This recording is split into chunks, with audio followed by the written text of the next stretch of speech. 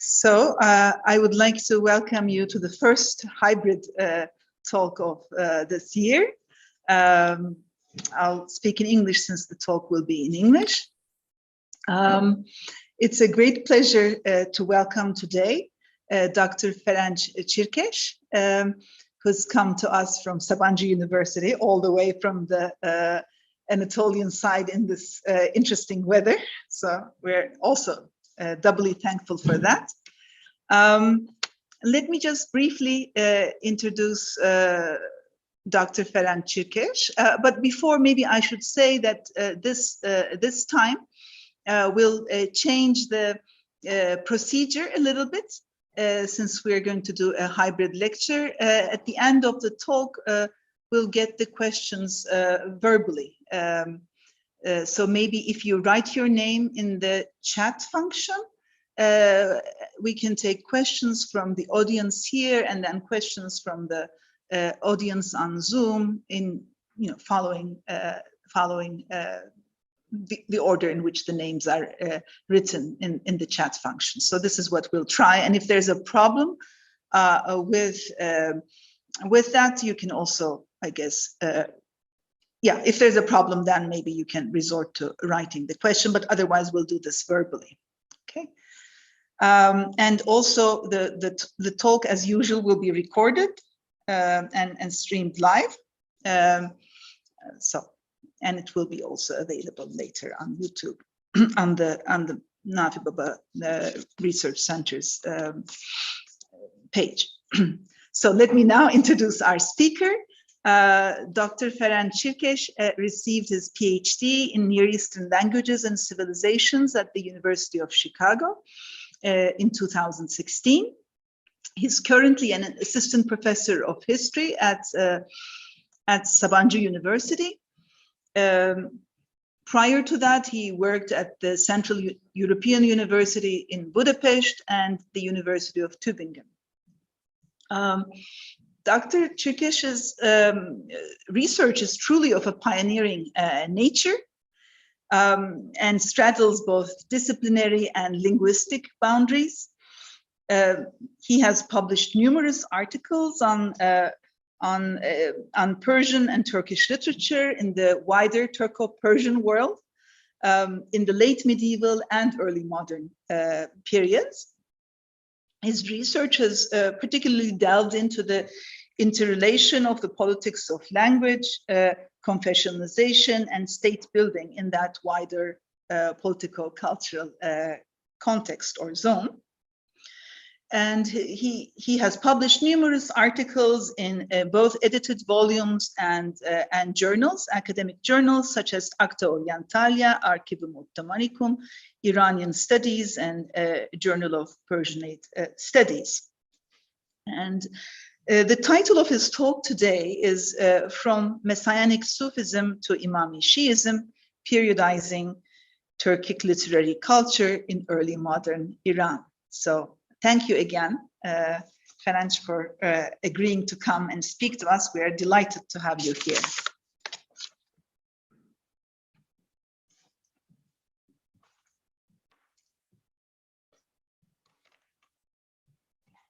I believe I can take off my coat. It's just a bit warm in here. Okay. Thanks very much indeed for this warm welcome, and particularly for this wonderful opportunity to be with you here today. It's not just the weather that is tiring us, but other factors as well in the broader context. So I think I should change the title of my talk. Can I? Yeah. Okay, hang on. Now, so yeah, so the title of the talk is From Messianic Sufism to Imami Shiism, Periodizing Turkic Literary Culture in Early Modern Iran. Maybe we should change this slightly, and we should change it to From Messianic Sufism to Imami Shiism. So a question mark might be in order. All right, are we sharing this? We are sharing the wrong screen. Yeah, I can see that. Okay. Okay. All right, so just the Zooming audience, so we might put a question mark to the first part of the title. So, excuse me.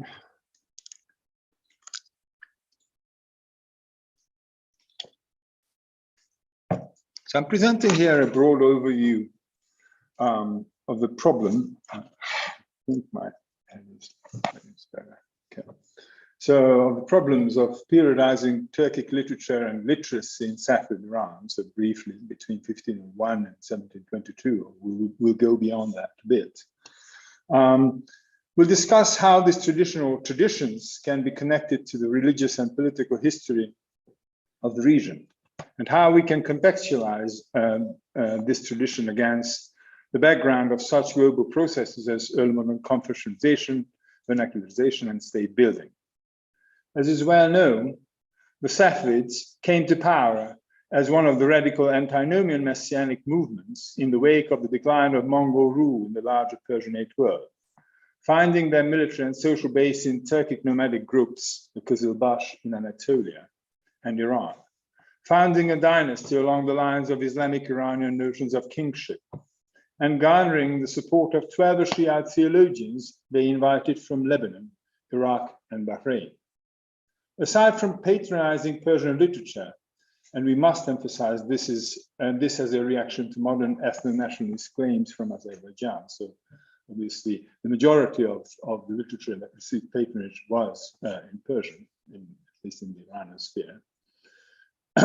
So the Safavid, aside from that, the Safavid elite and the Kızılbaş aristocracy also promoted the literary subculture of their Turkic following and the greatly prestigious Chagatai literary heritage they inherited from the Timurids. So this paper argues that this first period of Turkic literature in Iran came to an end when started to come to an end when the Kızılbaş lost most of its prominence with the social, political, bureaucratic, and military centralization policies of Shah Abbas I, whose ruled between 87 and 1629. So which also changed the relation of Turkic vis-a-vis Safavid political theology. However, just as these profound shifts did not eliminate Sufism from Iran, they didn't mean an end to Turkic as a literary language either, which continued as a literary subculture up to our very present, and was also put to use for a new cultural political profile under the Afsharids after the collapse of the Safavids. As is well known, the Safavids' military base came from the larger Turkophone nomadic tribal confederation, as we know, as the Kızılbaş, who were also disciples in the Safavid Tariqa. And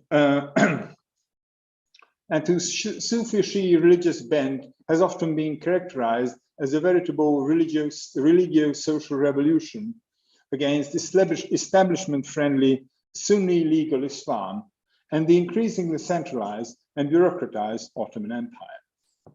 The Safavid period between 1501 and 1722 was, all things considered, a watershed moment in the history of the Islamic world in general. Over time, it resulted in the religious and political separation of Ottoman Anatolia and Central Asia from Iran, leading in turn to their social and cultural and in a different way, also linguistic separation. We can consider this process as part of a globalizing early modernity, during which the Safavid, Ottoman, and Mughal empires, as well as the Uzbek Khanates of Central Asia, all came from the same tribal matrix, but Iran became Shiite and Persophone on the one hand, while the Ottoman Empire and most of Central Asia became Sunni and Turkophone on the other hand. In Europe, Latin gave way to vernaculars, and after the Reformation, confessional and political identities merged in new centralized empires, while in the Islamic world, states gradually assumed crystallized Sunni and Shia identities and developed centralized bureaucracies that espouse vernacular languages as a similarly core part of their identity. It is relatively recently that we have started to consider these phenomena, the global interconnectedness of linguistic vernacularization, religious confessionalization, and early modern state building headed by centralized bureaucracies as comparable and even connected phenomena on a global scale. One might want to cite the works of Joseph Fletcher, Conor Fleischer, and Sanjay Subrahmanyam about connected histories, especially religious messianism in the broader Mediterranean and even in Eurasia, East and West. Or Tiana Kristic and our very own Derin Terzioglu, who discuss confessionalization in the Ottoman Empire as part of a broader Mediterranean history. Or recent scholarship about pre-modern pandemics, especially Nukhet Varlık, in a broader Eurasian and global context. All these scholars challenging previous Eurocentric discourses. What we see in the case of Iran is the project of culture and literal translation entailed by the Safavids' self-transformation from a millenarian, quote-unquote, extremist Shi'i Sufi group into a dynasty, and the creation of an imperial government in many ways similar to those of the rival Ottomans and Mughals. In Iran, the role of the vernacular was fulfilled by Persian, which in this period expanded into fields that had hitherto been reserved for Arabic. However, this grand narrative of the connected politics of language, religion, and state also has a quote-unquote small narrative to it. While bureaucratic or urban elites across Eurasia espoused one particular language as a key part of their identity, we also see the emergence or cultivation of other vernaculars, which more often than not assume several features, vocabulary, rhetoric, poetic tropes of the prestige language. A case in point is Urdu on the subcontinent, but we also see other vernaculars like Kurdish or Turkic in various Turkic formations. So this paper is part of a larger project to broach the broader problem of how to contextualize such non-prestige literary idioms as Turkic in Iranian early modernity. An age when both religion and state, as well as language and state, but not necessarily language and society, became more closely associated with each other. Possibly in the mid-1580s, the famous painter and literateur of Safavid Iran, Sadiki Beg, who likely lived between 1533 and 1610, addressed a letter in Chagatai Turkic to his patron, Musayib Khan Takkalu, who died in 1590. And he referred to his, Sadiki Beg referred to his commission from the Khan to produce a poetic and prose translation of Rumi's Masnavi, asking his patron to decide, quote, and here is the transcription, in which idiom it has to be written, in the mode of the eloquent of Chagatai, or in the style of the rhetors of Rum, or in the pattern of Kızılbaş orators. So mukarrar bolsa kaysi istilah bile bitilse, Chagatai fusahaları revişide, ya Rum bulagaları uslubuda, ya Kızılbaş mütekellimleri tavrıda. The letter is particularly interesting for our purposes tonight, as it offers a historical framework for situating Turkic literature and literacy in late medieval and early modern Iran as at the intersection of the three literary traditions current at the time that Safavid Turkic literary practices were related to. That is the Timurid Chagatai Turkic, the Ottoman Turkish, and the Turkmen or Kızılbaş Turkic literary traditions. So I will outline some of my thoughts here about how to periodize Turkic literature and literacy in Iran in and around the Safavid period. It was undoubtedly nothing short of, however, hubris that I proposed such a daunting subject for this occasion. And definitely, I don't presume to be able to present you with a full picture. Only I can venture a few patterns and questions that have offered themselves during research for the book about the politics of language that I'm working on now. So research on the subject is scarce, often suffering from ideological bias and poorly reflected methodology. Most Republican Azerbaijani textbooks usually present the period as part of the 1,000-year-long journey of the Azeri national spirit, projecting back in time an Azeri national consciousness and depicting the development of what some scholars perceive as their literary language as an inevitable continuum, the force of nature only interrupted by the greatest of the Azerbaijani Turkic literature, the greatest ones of the Azerbaijani Turkic literature pantheon. Western scholarship, to the extent it has dealt with the subject at all, has been greatly impacted by a single paper by the luminary Russian Orientalist Vladimir Minorsky, in which he argued that the later copies of Shah Ismail's Divan are purged of the quote-unquote more messianic, self-aggrandizing Sufi Shi'i poetry. A thesis that was adopted by subsequent scholarship to fit a Weberian paradigm about Safavid political development as charismatic authority, giving way to institutionalized authority and establishment-friendly Islam under Shah Tahmasp and even more under Shah Abbas, thanks to the latter's centralizing reforms in the late 16th and early 17th centuries. In my earlier work, I tried to argue that a more comprehensive look at the manuscripts of Shah Ismail's Divan doesn't support the Minorsky-inspired framework, and indeed, virtually all the messianic self-aggrandizing poetry can also be found in later copies as well. And that Shah Ismail's messianism is not the egotistic outburst of a medieval Oriental Hitler, as Minorsky may well have implied in his article which he wrote in 1942. But it should be interpreted against the background of the crisis of authority that came in the wake of the decline of Mongol rule in the first half of the 14th century, and the proliferation of messianic, often confessionally ambiguous movements. Indeed, the central question of Shah Ismail was not a shamanic ego or divine kingship, but walaya, or statehood, which had tremendous political and social potency vis-a-vis legal establishment Sunni Islam. And here you can see one of these poems.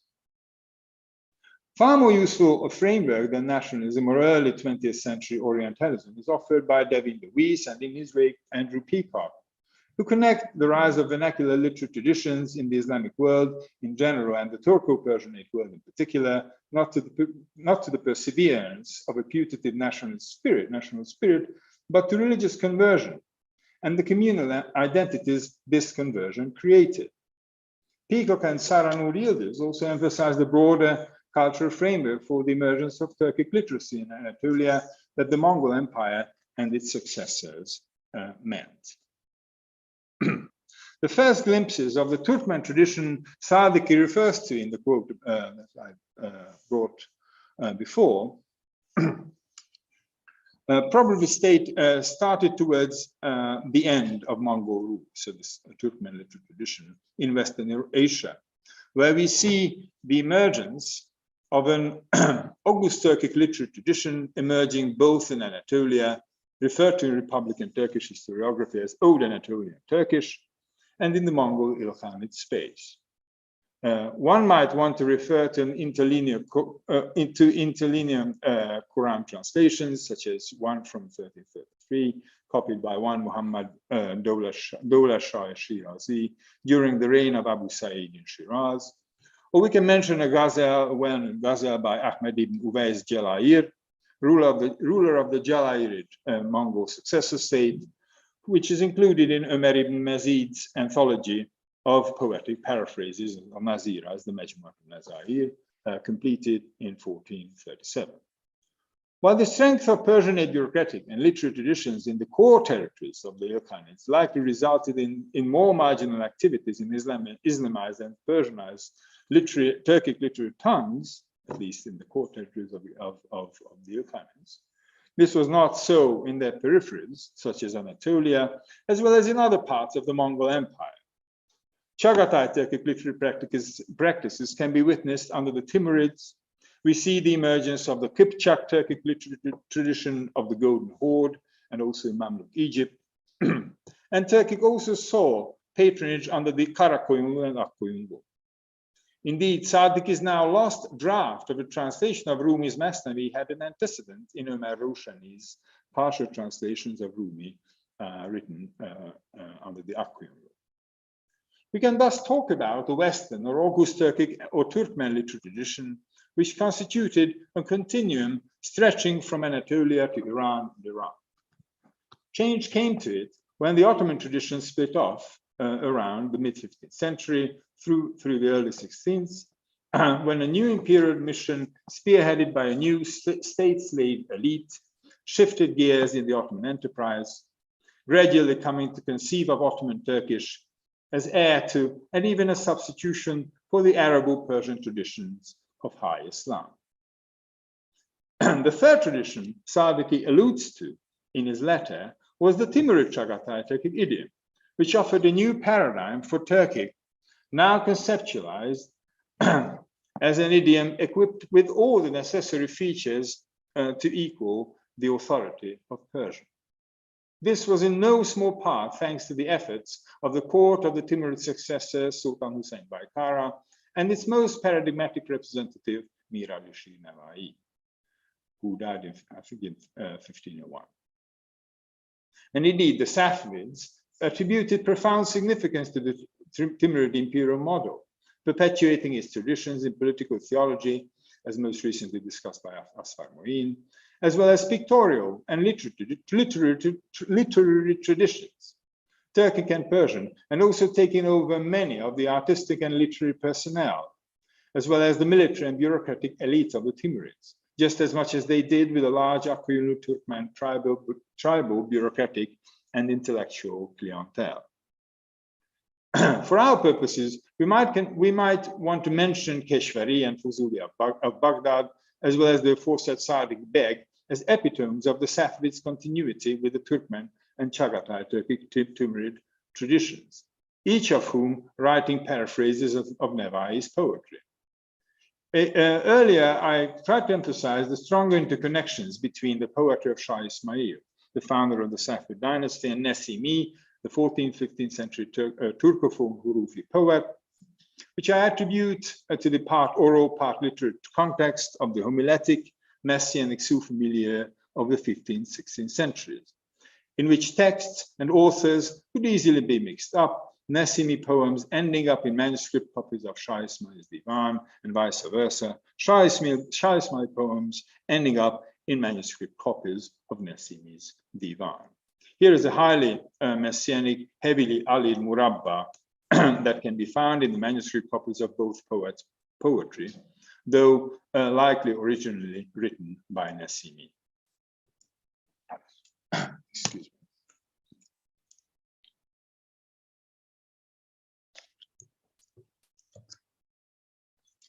So the prestige of Turkic as a literary expression of the Turkic segment of Safavid Iran was such that we know of altogether 3 biographical anthologies coming from the Safavid context that dedicate special chapters to Turcophone literati.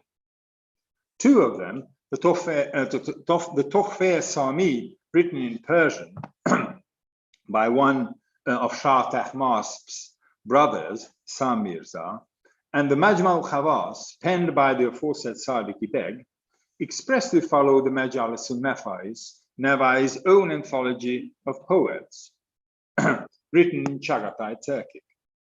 While in his adoration for Navai, Sadiki went as far as composing his own biographical dictionary in Chagatai Turkic, originally intending it for his Kızılbaş patron, the aforesaid Musayyib Khan Takkalu, but eventually submitting it to the young Shah Abbas. This spirit of imitatio imperii is perhaps best couched by Sam Mirza in the Tohfe Sami, which the prince wrote in Persian.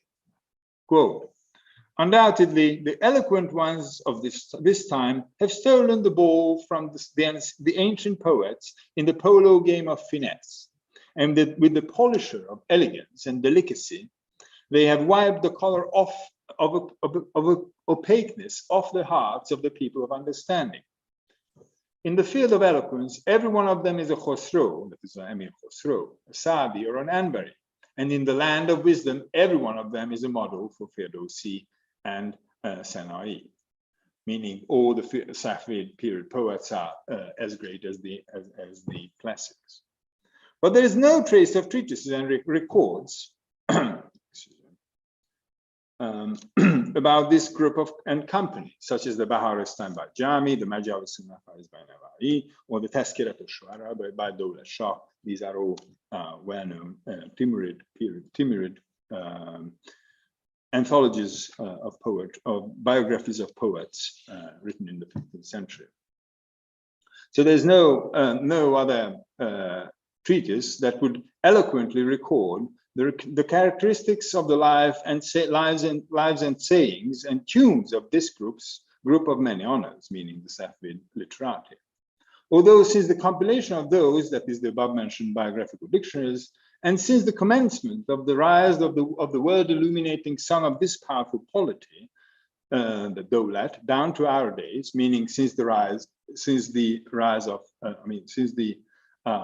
succession of Shah Ismail to the throne, the foundation of the dynasty. So since then, this party of illustrious value has lifted the banner of eloquence and left divans of elegance among their equals. So the third Tazkir writer was Gharibi, about whom Zainab Altok is, she's working on him. So about him, so he hailed from the Mantasha region in southwest Anatolia. It seems to have fled Ottoman lands in the wake of the persecution of the Qizilbash by the Ottoman Sultan Selim I. Gharibi was writing for a Qizilbash audience in Anatolia, connecting this milieu also with the Mevlevi tradition by implying that Mevlana Jalaluddin Rumi was an Ali loyalist. And accordingly, he positions most of the poets in their relation to the house of the Prophet, or in their following the Sufi path. For example, it depicts the late 15th century Ottoman poet and statesman Ahmed Pasha as a Sayyid, and he speaks of Shaykhi, again, another Ottoman poet, as, quote, a noble son of a Sufi and a morally upright lover of the house of the Prophet, end quote. So beginning with the reign of Shah Abbas, however, there was a shift in the position of Turkic in Safavid political theology. Aside from administrative and fiscal centralization, Abbas cracked down on religious dissent and ousted the Qizilbash Turkmen aristocracy from top gubernatorial and military positions, substituting them with a palatial slave elite, the Ghulam. There were two additional processes well underway at the time. On the one hand, the positions of the Imam-e clergy, who had been brought in by the Safavids to contribute to their legitimacy and to lend legal coherence to their rule. So they were considerably more powerful by this time, a process that was to become more pronounced henceforth. On the other hand, there was a veritable translation movement of Arabic into Persian, rendering into Persian Shiite theological works, and also producing popular religious treatises, a phenomenon not unlike the chapbooks of early modern Europe or the Ilmihal literature in the Ottoman Empire, something that Berin worked on. As demonstrated most recently by Ata Anzali, this birth of an accessible theological and legal literature in Persian, along with the social, political, and religious prestige of the aforesaid 12 Shiite clergy, and the redefinition of public ritual space in the form of Shiite religious festivals, greatly contributed to the conversion of the populace to Shiism, and in the long run, weakened institutionalized Sufism. Anzali's contribution is important, as it offers, however, ways to analyze this change in the Safavid religious landscape, not exclusively as a top-down process headed by the court in cahoots with the 12 Shiite clergy, but also as part of a broader process of conversion and confessionalization. So the parallel waning of the Qizilbash and the decrease in the patronage of resources available for Turkic works certainly had an impact on Turkic literary practices and the social and political prestige of writing in Turkey, though this decrease and its full implications are yet to be fully established. Most notably, after Sadiqi's aforesaid biographical anthology, likely completed by the last decade of the 16th century, Turkic was never again accorded a special section in the otherwise copious biographical literature. And newly produced Turkic literary works can only very rarely be located in elegant, illuminated manuscripts, mostly jotted down in copies of a modest quality intended for everyday use, and usually not for ceremonial purposes, or scattered here and there in largely Persian literary collections, divans. There were exceptions, like this elegant copy of Wahid Kazvini's Divan, but as the Grand Vizier, several of whose family members before him have fulfilled the post of court chronicler, he himself likely had the means to sponsor the autographed copy of his collected poems. More about him later. So the Qizilbash, of course, never disappeared from Safavid politics, as the Shahs continued to appoint Qizilbash to certain offices, most prominently the Kurtchibashi. But the Qizilbash class never again had the lobby power and military potential to pose a challenge to the center, and I would venture to say that they never again had the motivation, perhaps, and perhaps the resources to produce luxurious manuscript copies. So the changed perception of the reduced position of the Qizilbash can be gauged, for example, by looking at Muhammad Ali Qazvini's Rafiq-e Tawfiq, a late 17th century Safavid Fürstenspiegel, that the author wrote in Persian. In its section about the Turks, Muhammad Ali Qazvini offers a short history of Islam with a quasi-social ethnic coloring. He claims that Khosrow Parviz, the Sasanian king, was disrespectful with the Prophet. Hence, the Persians lost their country to the Arabs. But the Arabs engaged in sedition and impiety by suppressing the house of the Prophet, which was avenged by Chinggisid paganism sent by God. When the Turks, after converting to Islam, found out about the paradise-like beauty of Iran, they settled in Iran. The Tajiks, that is the Persians, who clanged to being Sunnis, abandoned the sword and submitted to the Turks, choosing instead the pen and arts and crafts. It thus fell to the Turks to reinstate the house of the Prophet, which they did by bringing in the Safavids, who we know claim descent from Musa Kazim, the sixth Imam. However, the Turks have now served their purpose, says Qazvini. So they've served their purpose and should be managed by the artistic and managerial skills of the Tajik. So while this is definitely a version of the age-old trope of Torki bi Edrak, or the ignoramus Turk, if we add that the author dedicates several chapters to the wiles of false Sufis, the picture definitely fits the Safavids' crackdown on institutionalized Sufism and their promotion of confessional conformity conducted by the 12 Shiite clergy.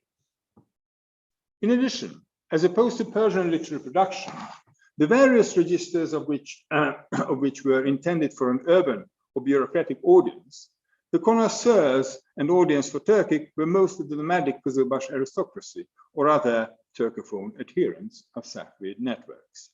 Therefore, most conspicuously, entire genres and fields are all but missing from Turkic literary production in early modern Iran, or they are very scant, such as theology, historiography, philosophy, which were all cultivated in Arabic and Persian, though epistolary prose is not absent, even if much more marginal than Persian. One of the reasons for its presence is practical. Correspondence with the Ottomans was conducted primarily in Turkish. The subject, a former Boğaziçi colleague, Selim Güngörüler, now at the Austrian Academy of Sciences, is talking about in his research. So the case of romances is also remarkable. The Safavids inherited a great tradition of verse romance and romance poets also from the Timurids and Turkmen. One can mention Navai or Haydar Khwarazmi's romances from the Chagatai traditions, which continue to circulate under the Safavids. Two versions of the Yusuf of Zulaykha, one by Khatai of Tabriz and one by Ahmadi of Tabriz, or the Masnavis of Umar Roshan, who produced actual Turkic imitations of Jalaluddin Rumi's Masnavi, as I've already mentioned. However, these 15th and 16th century products were rarely followed in the 17th century, the only exception likely being Masih's Barakho Gulsha, which he wrote in 1628-29, and then dedicated to the first to Shah Abbas I, and then, because of his demise, to Shah Safi. This is in contrast with the sustained interest in the production of romantic masnavis in Persian in contemporary Iran and in Ottoman Turkish in the Ottoman Empire, a problem that needs further research. Turkic literati and Turkic literary practices, however, has never disappeared from the Iranian cultural horizon. And the reason for this, for the perseverance of Turkic was not only that it was already too big to fail. Here, there is obviously no time to map out all the different Turkic literary trends, styles, networks, and practices in the 17th and 18th centuries. I would point to just a handful of phenomena that are significant to understand the social and cultural position of Turkey, albeit these points derive from research still ongoing. So one is the literary language as an inherited from pre-Safavid times, characterized by what Walter Feldman calls cosmic similitude. So this was the most dominant poetic mood. What I mean is that the rose in a ghazal stood for the beloved who was cruel and could be the patron, a beautiful boy, or God, while the nightingale stood for the poet, the lover, or the mystical dervish longing for union with God.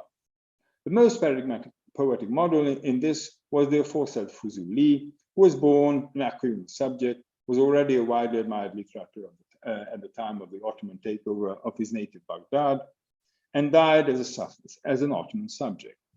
Indeed, nearly all Turcophone poets wrote Nazira's own poetic paraphrases of Fuzuli's poems. 2. So there was also a growing oral tradition, especially on the borderland, where, as recently discussed by Ali Aydin Kara Mustafa in his dissertation, stories about figures like Köroğlu could pop up in multiple languages, Persian, Turkish, or Armenian, offering also critique against the control of the early modern state, both in its Safavid and Ottoman versions.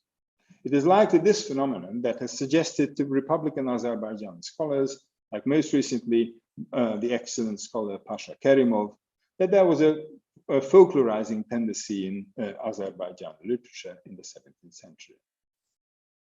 Further, there was a new literary style in the age, referred to in modern historiography as the Indian style or Sabke Hindi, but called by the Shive Taza by its practitioners in Persian poetry in India, Central Asia, Iran, and the Ottoman lands, which is well known for its heavily intellectual disruption of the poetic language. Otherwise, greatly prolific poets of the Persian tradition in the 17th century, Voize Kazvini, or the poet laureate of the aged sire of Tabrizi, and the Grand was the aforesaid Grand Vizier and chronicler Vahid Kazvini, occasionally experimented with this style in the handful of Turkic pieces they wrote.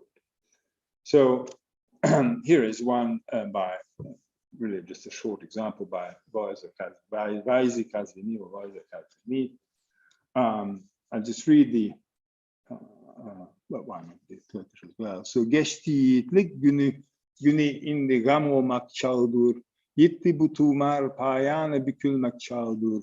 Döndü ağız dişsizlikten yılan suratına. Ağla ağla bu ağız birle ne gülmek çağdır. So the days of youth have passed. This is the time for grief. This scroll has ended. It's time for folding. Toothlessness has turned the mouth into a pit of serpents. Cry, cry. How could this be the time for laughter? So the image of crouching out of pain or grief in old age in the first hemistiche of the first couplet is depicted as parallel to the folding up of a scroll of paper, perhaps an account book in the second hemistich. The tongue is turning like a snake in the black hole of the toothless mouth in the first hemistich of the second couplet, likely suggesting that the sweetness of speech has turned poisonous, a contrast which is repeated in the second hemistich by juxtaposing laughter and crying. Taking metaphors from widely disparate fields to cause surprise by turning upside down the standard imagery is typical of the Shivaya Taze, a style that may well be connected to the self-reflection of the poetic tradition and anxieties that the new early modern urban ethos and the path to new non-aristocratic but urban audience generated in the early modern period. However, and this is important to emphasize, the Turkic specimens are in the Shivaya Taze are really just a handful within the vast oeuvres of these three poets. In the experimentation with the Shivaya Taze in these few poems is also very limited, which may well be attributed to the different social background of its Turcophone readers, or rather consumers. There were attempts on the part of the Safavid court to find connections with and control the cultural and religious sensitivities of their Turcophone subjects, as well as their adherents in Ottoman Anatolia, as most recently discussed by Ayfer Karakayashpur. She also correctly warns us against considering all Kızılbaş literature as the result of Safavid religious propaganda. As in most cases, we should speak about the religious literary piece local literati in Kızılbaş Sufi networks produced, so local literary production. It was during the reign of Tahmasp in 1542 that Nashati produced a translation of the Safat al-Safa, the official hagiography of the Safavid order. Even more importantly, for the point I'm trying to make here, a summa of Imami Shizm entitled Ispati Imamet was composed, this is Nashati's translation of the Safat al-Safa, and the Ispati Imamet was composed in Turkic between 1614 and 1621 by the otherwise unknown Khudaverdi Ahari Tabrizi at the behest of Shah Abbas, who intended the work to be presented to Shahin Giray, a Crimean prince and political refugee, in order to convert him to Shiism and use him in a possible anti-Ottoman alliance. The work survives in 3 copies. The earliest one was executed by one otherwise unknown Ibn Taqish Sabai in 1649. So this relatively casual hand of the copy that you can now see, and the fact that we don't know of any other copy ascribed to him suggests that he might not have been a professional or at least a very well-known scribe.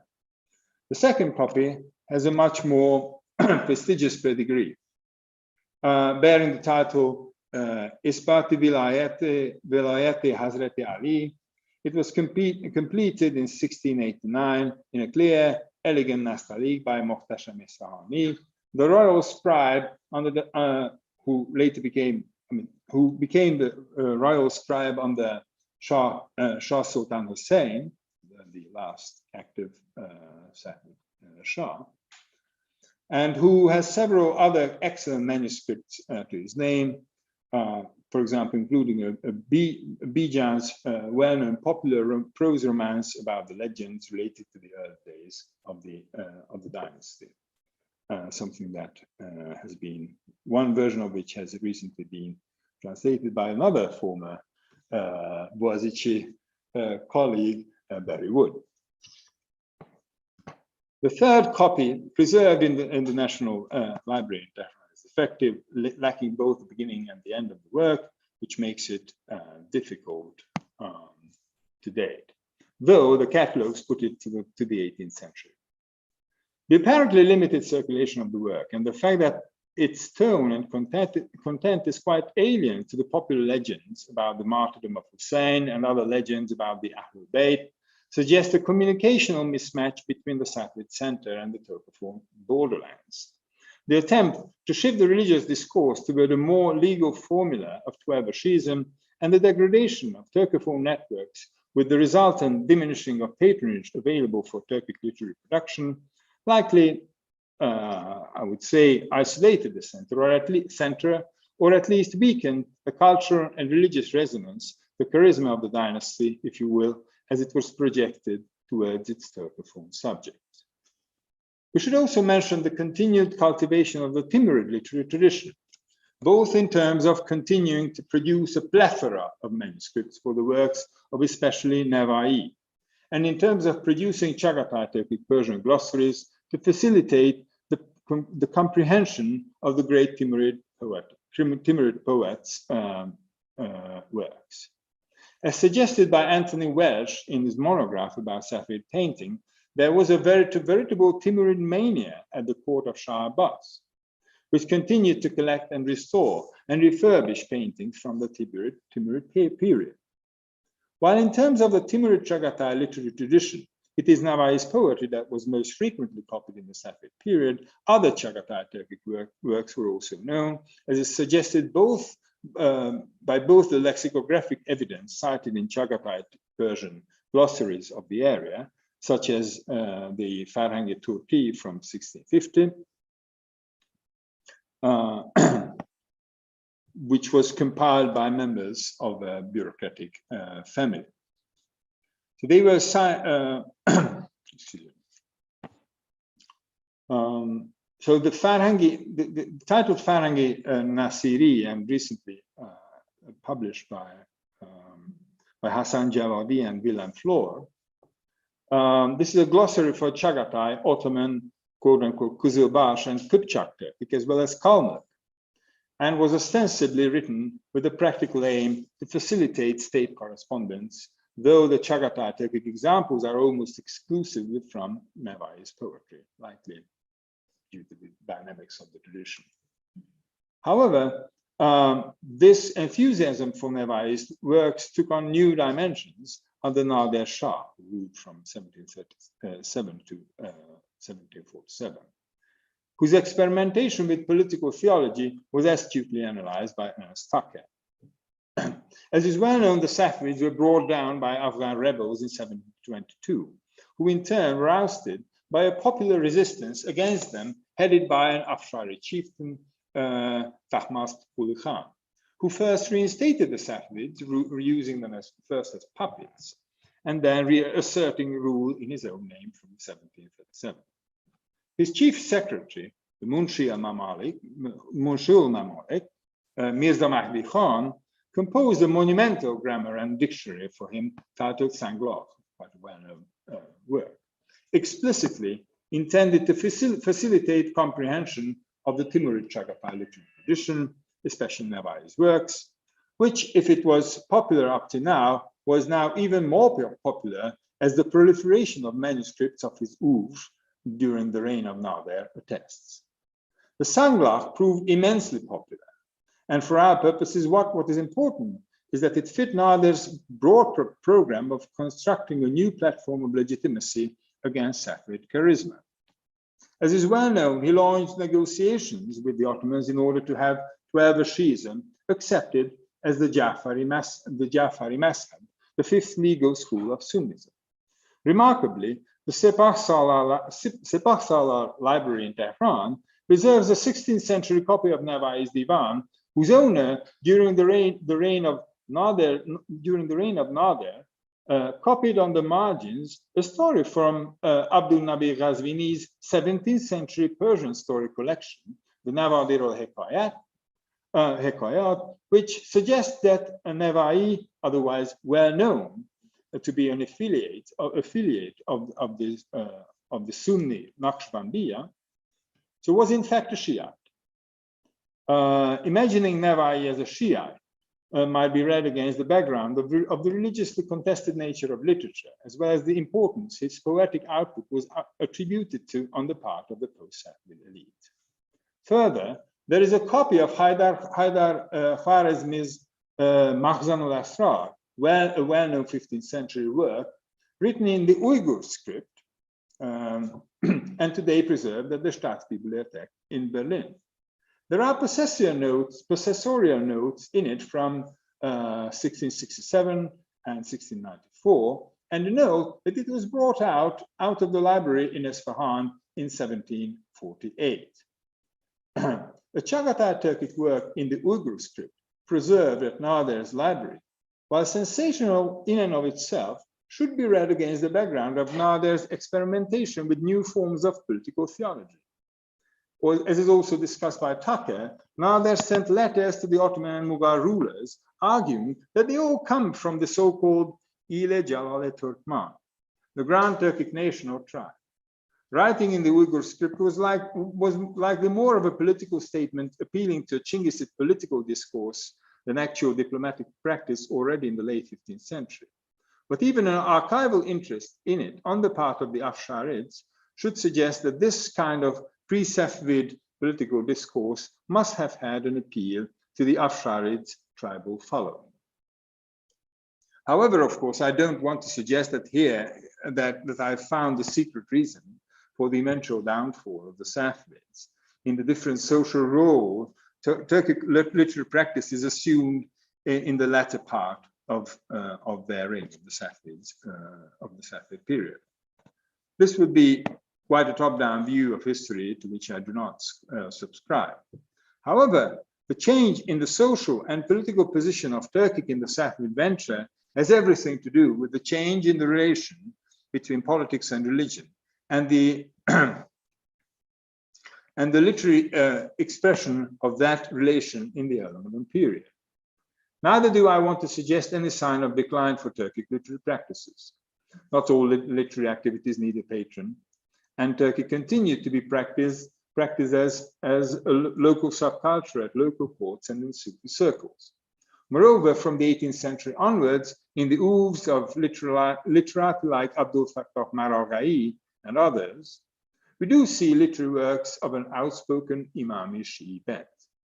This is not at all not an all or nothing game, but it seems that the period that started with the conversion and the decline of Mongol rule in the 14th century came to a gradual halt, starting with the landslide shifts that took place with the crystallization of the early modern state in Iran.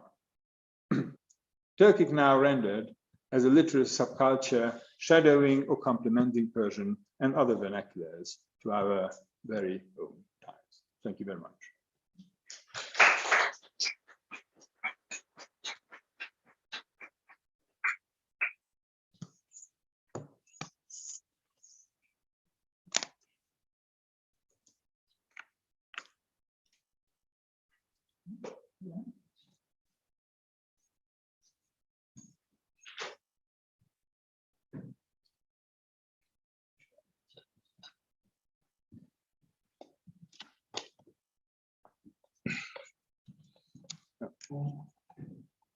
Bunu durduralım mı?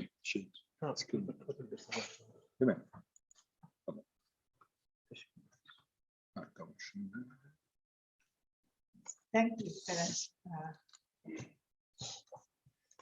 So we can now take questions either from the audience here or from those on Zoom.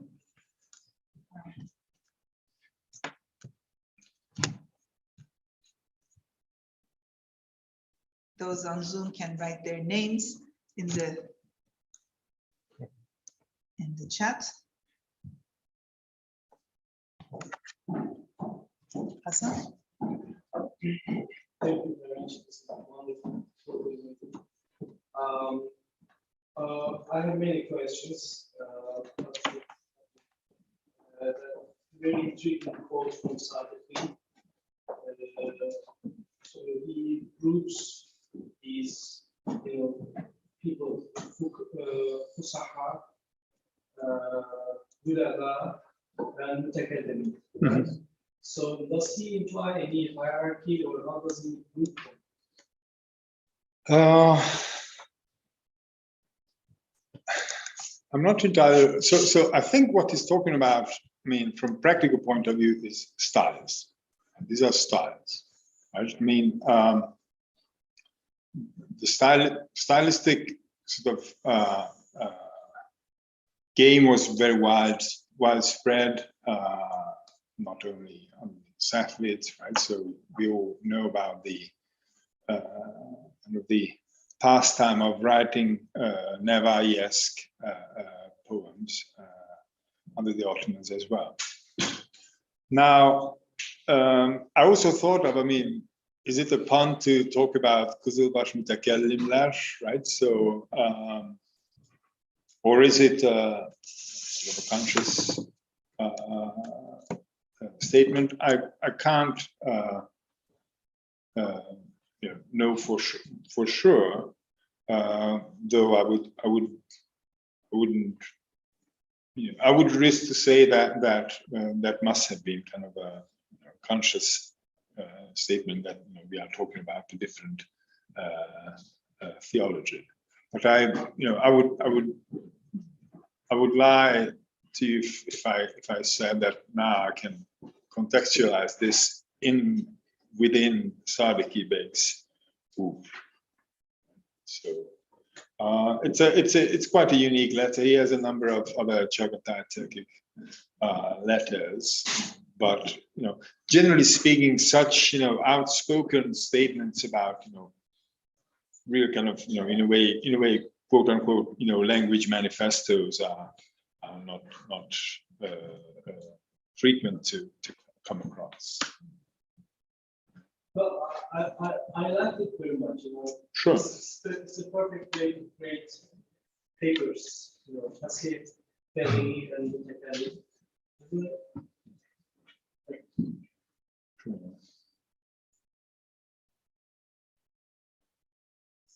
May I squeeze in a question? Sure.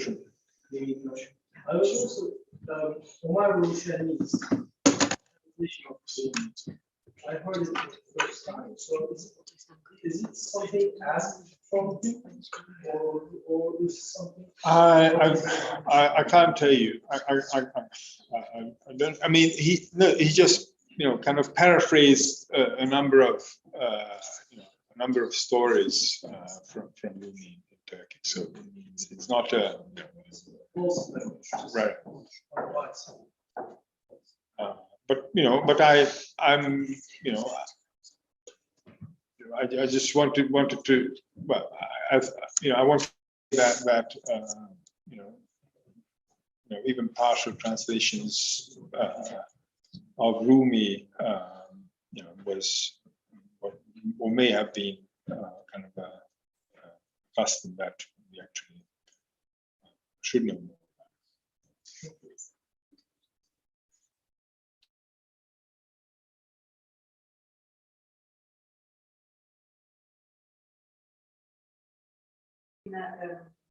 The theoretical terms of vernacular and cosmopolitan for vernacularization, it seems like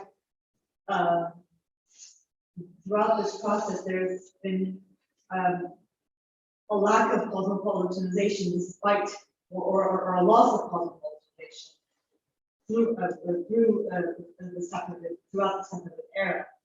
And could you say something a bit more about how you would talk about that in a wider context?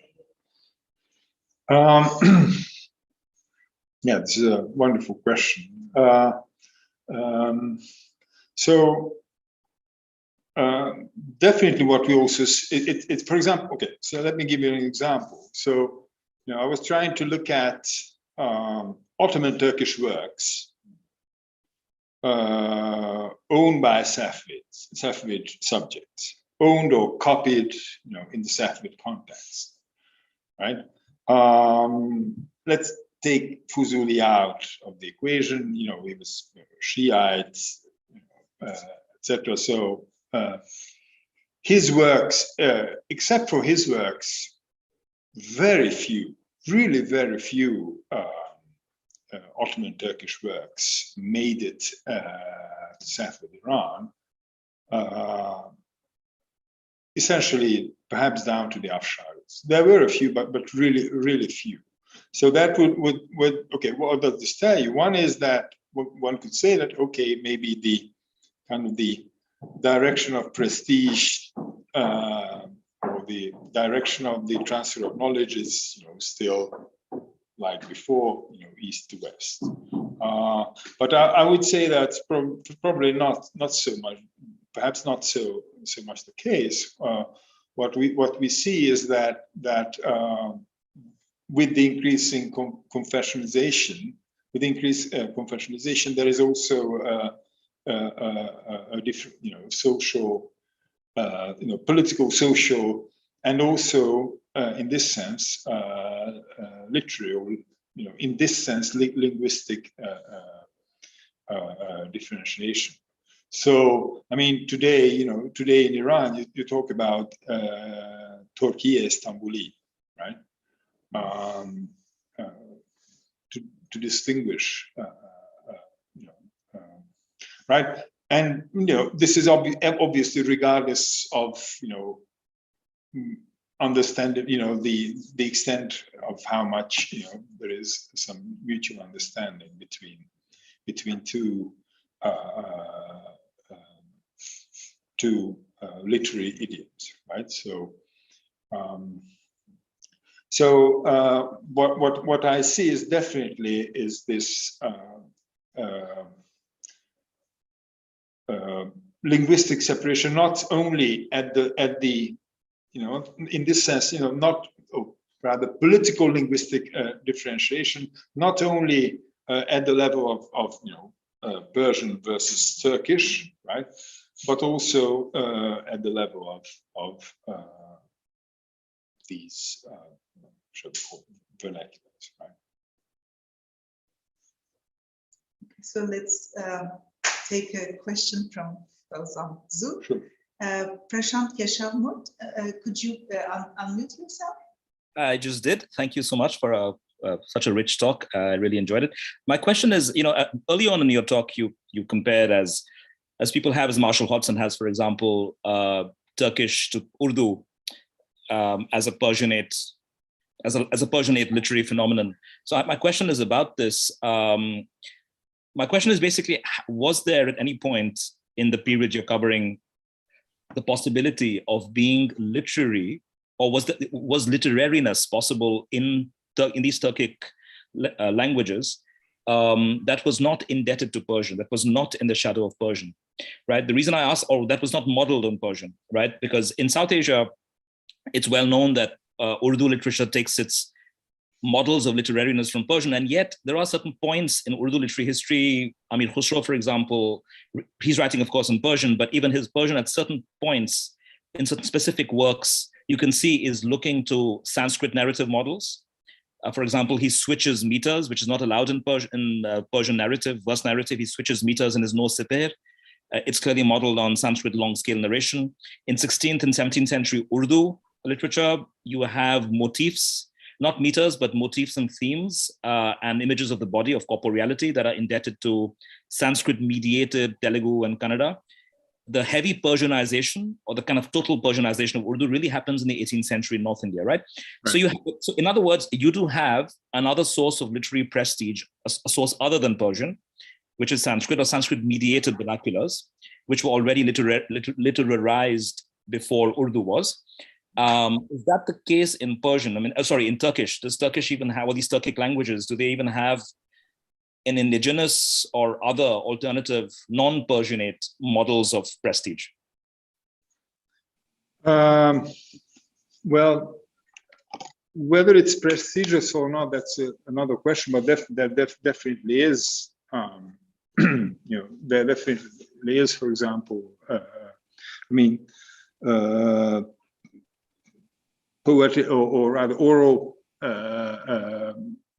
a very rich oral tradition, right? Which obviously later gets written down.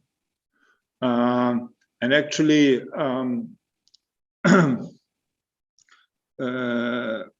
for example, some of the epigons, so-called epigons of followers of Shah Ismail, produce a lot of poetry in syllabic verse, which is obviously not coming from the Persian model. And also Shah Ismail himself actually adopted some of these. I mean, he wrote a number of poems with syllabic meters, right? So obviously, this is but it's a matter of question whether, you know, to what extent, you know, it had prestige, but definitely it was something you know, that really big, you know, that was you know, a constant presence. And as I tried to indicate, it really kind of picked up probably in the 17th and early 18th century. Thank you.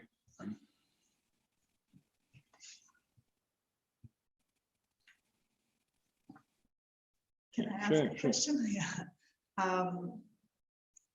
Maybe this is a silly question, but what about the Turkish-speaking non-Shiis, maybe Sunnis in Iran?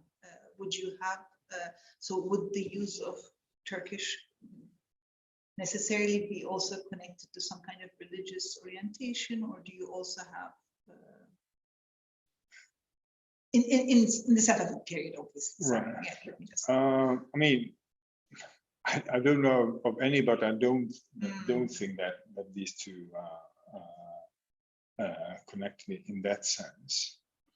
I mean, obviously, I mean that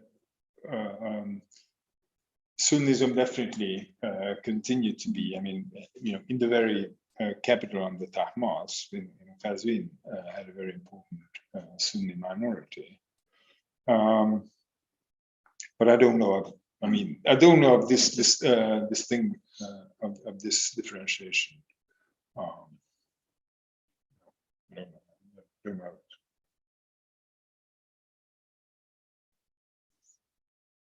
Other questions? From either the virtual or the physical audience?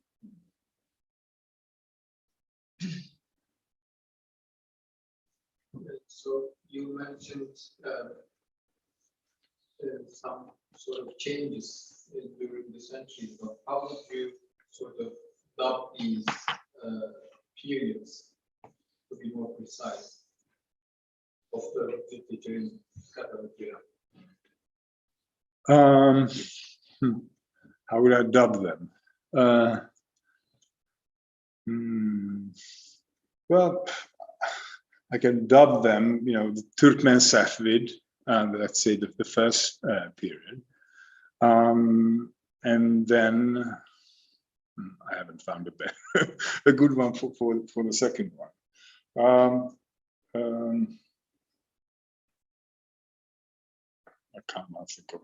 I cannot think of any good term. No,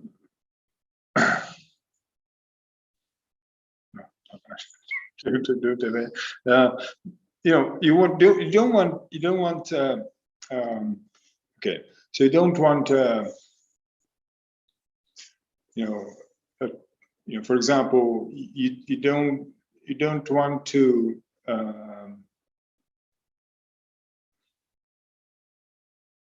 You know, you don't want terms that would you know be too much ethnic and too much religious, or right, too much religion heavy. You can use obvious. So this what probably the question comes down to is, what is the basis for your terminology? And so what I was trying to come up with was some kind of broad intellectual, socially inspired periodization, right? So definitely from the 18th century on, you definitely do see more expressly Trevor Shiite discourse in Turkic as well. This becomes definitely even stronger in the 19th century, but particularly with the Russian conquest in general. and actually, I think it sort of, in a way, ends with modernity, when new questions arise, right? Well, I mean, I didn't want to go into this, but there is a whole discussion about the terminology for the entire literature, right? So there is the Turhan Ganjei came up with this idea of let's call this the Ajami Turkic tradition. Basically, the idea is to try to move away from retrospective looking nationalism, which obviously would call this an Azeri Turkish literary tradition, which actually makes sense to a certain extent, right? So on linguistic grounds, to a certain extent, it makes sense. But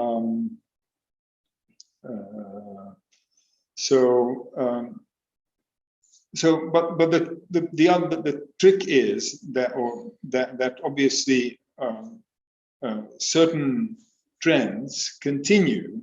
I mean, that's why what I was trying to emphasize, that certain genres, certain styles, continue happily ever after, as it were.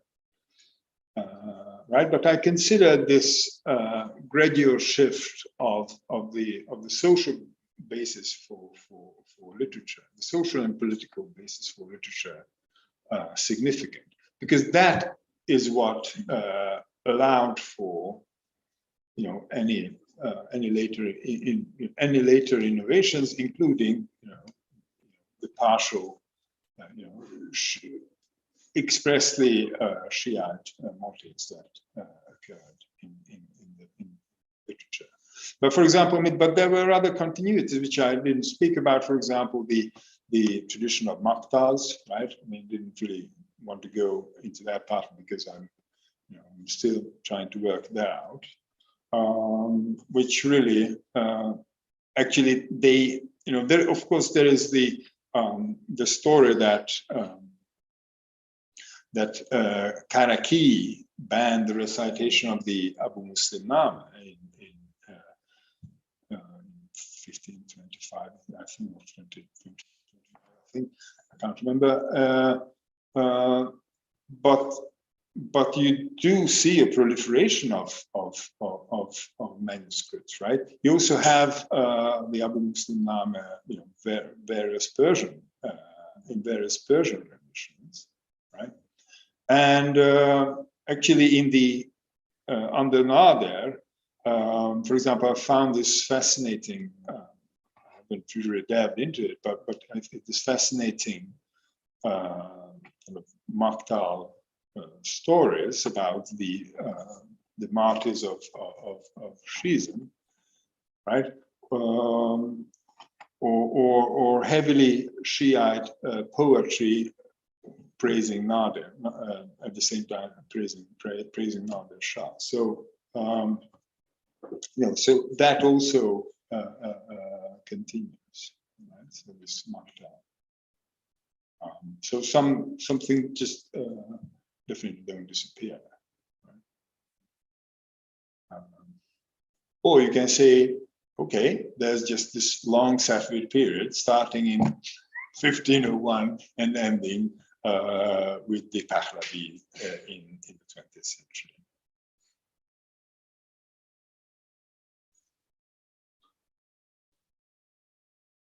Questions? I think the issue of the Maktal is very interesting because in Anatolia, it's it gets marginalized as part of the confessionalization from being part of a major part of the repertoire of orators, as you were saying, and that process, like you can read the confessionalization pieces specifically through the evolution of the Maktal and its position and its manuscripts, which I don't know that hasn't done it, but it seems like the sort of research that could go quite well with what you're saying, like towards, I think, in terms of it becomes a marginal area within a cosmopolitan code as opposed to a vernacular code, but that itself maybe is, you know, another type of Turkish code within the Ottoman realm that we don't really think about in linguistic terms. We think about mostly in religious terms. That was just a comment. Sure. Can I ask another question of information? There must have been people who wrote in both Persian and some form of Turkic. So are there meaningful patterns in terms of, you know, when they chose to write in one? Well, that was the majority. Yeah, Ah. I should have I should have made that clear. So I mean, Majority of people write in both.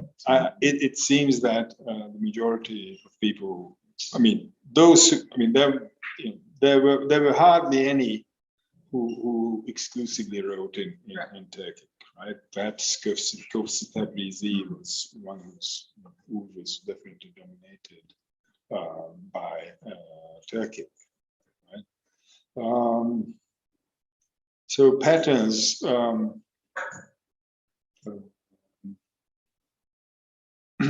So, well, definitely a question of audience. So definitely a question of audience. For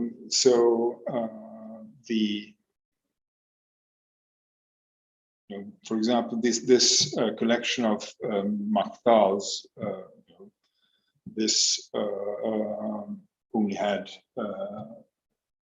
things written in Turkic, right?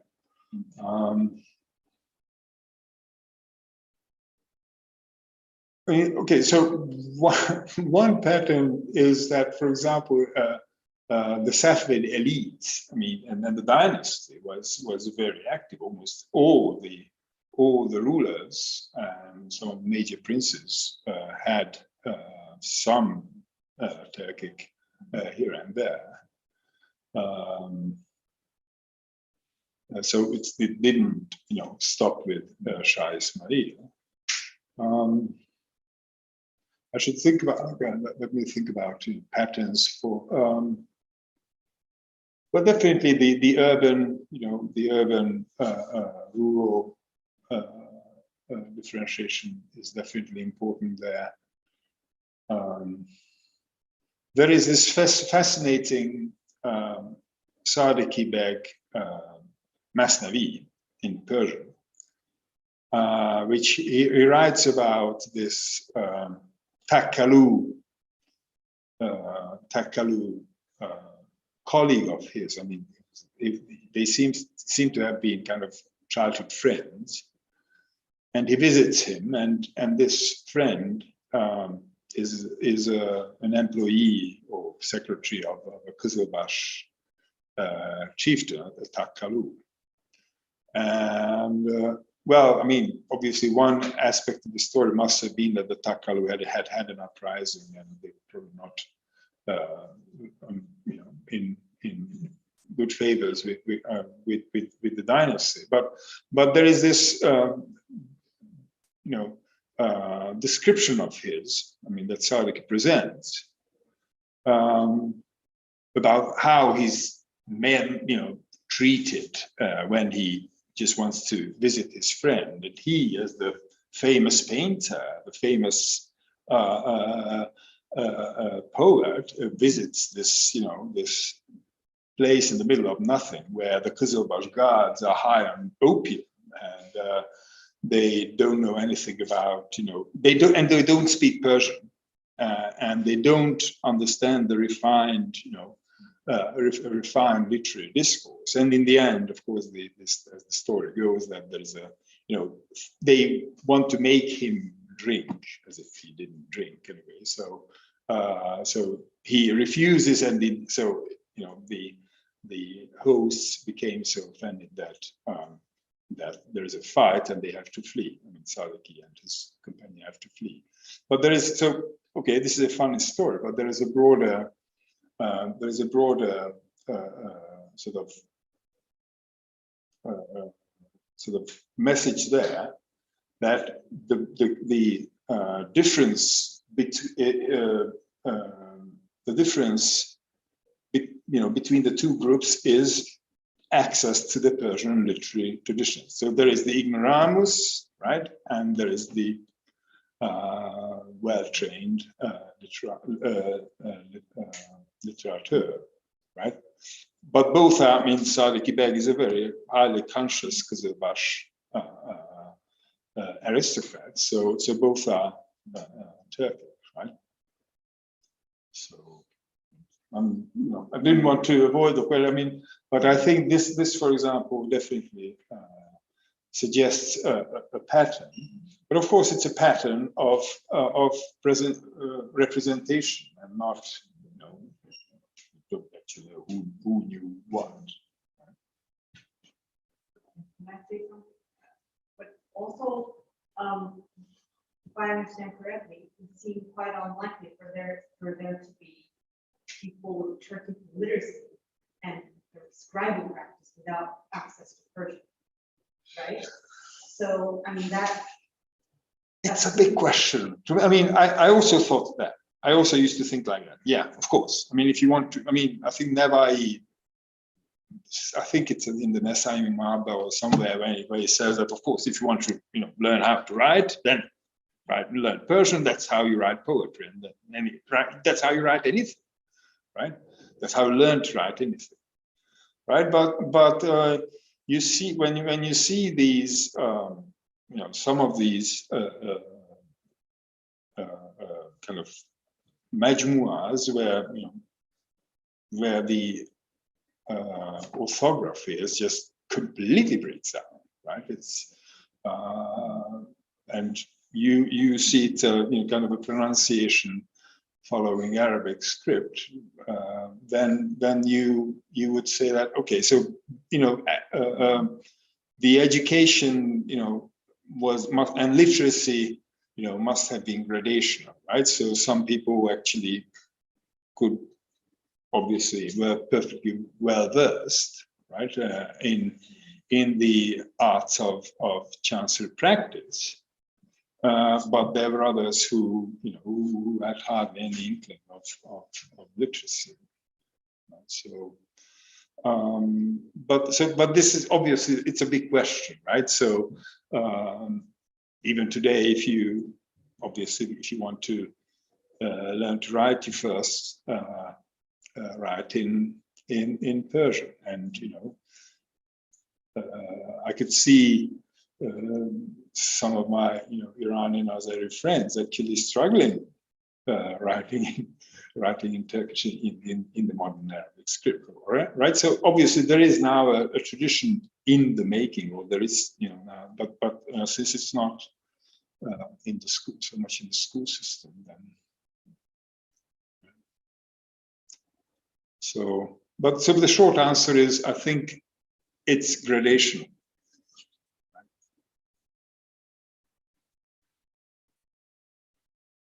Thank you. Other questions?